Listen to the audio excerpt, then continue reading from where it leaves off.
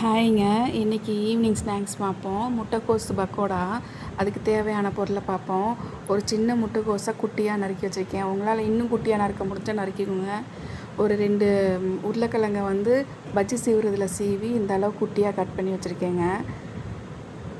அப்புறம் மிளகாத்தூள் 1 ஸ்பூனு, மஞ்சத்தூள் 1/2 ஸ்பூனு, இஞ்சி பூண்டு பேஸ்ட் 1/2 ஸ்பூனு, அப்புறம் தேவையான அளவு உப்பு, அப்புறம் பெருங்காயத்தூள் வச்சுருக்கேங்க.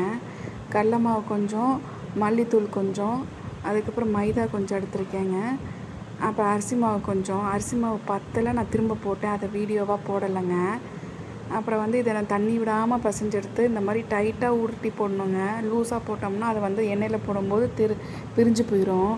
நல்லா டைட்டாக பிசைஞ்சு போட்டிங்க, உருட்டி போட்டிங்கன்னா இந்த மாதிரி வருங்க உங்களுக்கு. இது பொன்னிறமாக பொரிச்சதுமே நம்ம எடுத்துக்கலாம். இது ஈவினிங் ஸ்நாக்ஸ்க்கு அவ்வளோ அருமையாக இருக்குங்க. முட்டைக்கோஸ் பிடிக்காதவங்களை கூட நம்ம இந்த மாதிரி பக்கோடா செஞ்சு கொடுத்தோம்னா நல்லாயிருக்குங்க.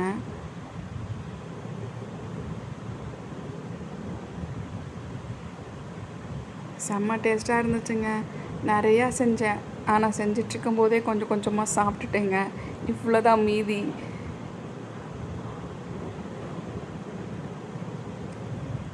பாருங்கள், அவ்வளோ அருமையாக இருக்குது பார்த்தீங்களா?